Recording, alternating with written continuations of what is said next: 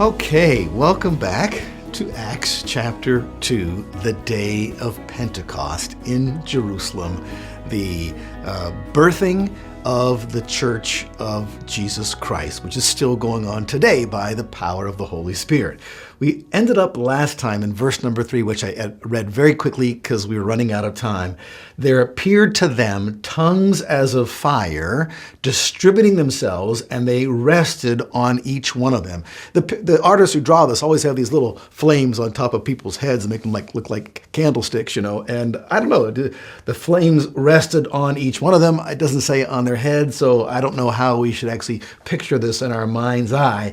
But more importantly, the visible manifestation of the fire was verse number 4, what was actually happening. And they were all filled with the Holy Spirit. Now, when we talk about the Holy Spirit, oftentimes and never speak of the Holy Spirit as it. I cringe when people say, the Holy Spirit. No, He, the Holy Spirit. He is God. He is part of the Trinity, just as much God as the Father is and as much the God Jesus is, okay? He, the Holy Spirit, is spoken of in liquid terms. That is, I will pour out my Spirit. And in this case, they were all filled with the Holy Spirit. In a quantitative sense, filled indicates prior to that filling, they were empty or low. Okay, but now they're filled with the Holy Spirit. And I just take that at face value. Wouldn't you always like to be filled with the Holy Spirit? I know we all believe that those who are born again have the Holy Spirit indwelling them. And I believe that these people at the day of Pentecost already had the Holy Spirit indwelling them. They had been born of the Spirit, but now something happens that's different than that. Maybe same Spirit, but different experience, not born of the Spirit, but yet filled with the Holy Spirit. Okay? And then what happens to them? And began to speak with other tongues as the Spirit was giving them utterance.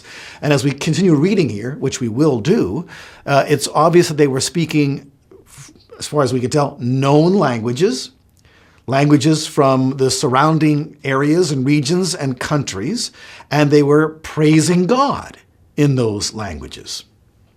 So this is supernatural. These guys don't know the languages they're speaking, and it's the Holy Spirit who's giving them the utterance. So that is miraculous. Now, I said to you in a previous time we got together, so many folks who identify with this experience, and they would be within the Protestant and even, I guess, the Catholic world, maybe more so at one time than today, the Pentecostals, or the newer group, the Charismatics. They were born started off in the 70s, whereas the Pentecostals got going, back in the turn of the century in the Azusa Street revival in Los Angeles. That was in 1900-something or other. Okay, so early on in the last century. And not only that, but many people within the traditional denominations, and of course just independent churches, by the hundreds of millions, would identify with this experience, being able to say, I also had something happen to me by the power of the Holy Spirit, and that was accompanied by my speaking in tongues.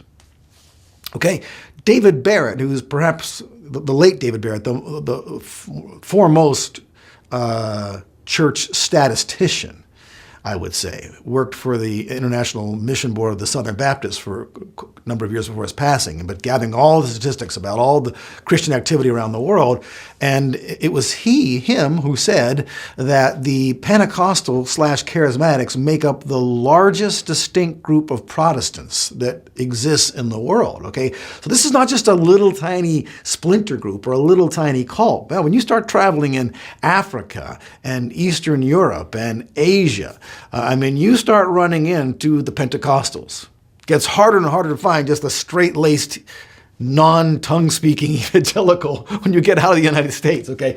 But a lot of folks watch this from the United States, and they watch it from Australia and New Zealand and so forth, so maybe they're not quite so familiar with that. But let me confess, I'm going to come out of the closet and tell you that this happened to me.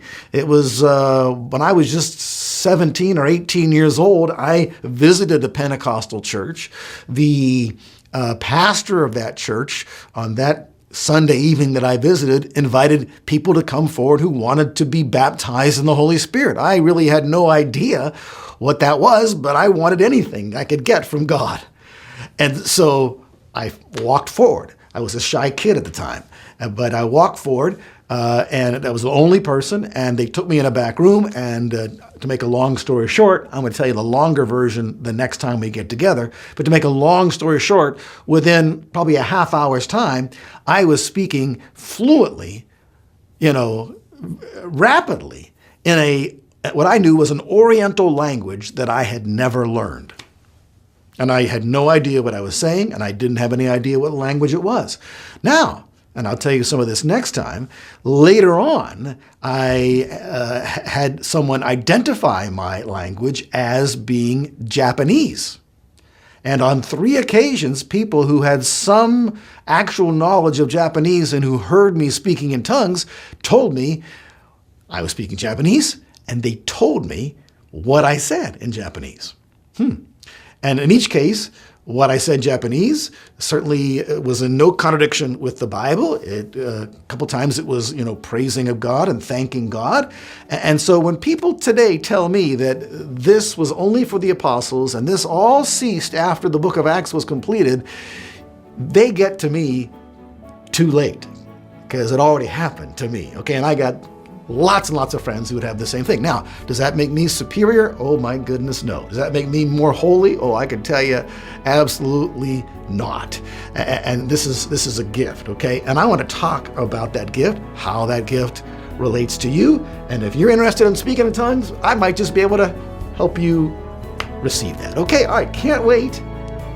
See you next time.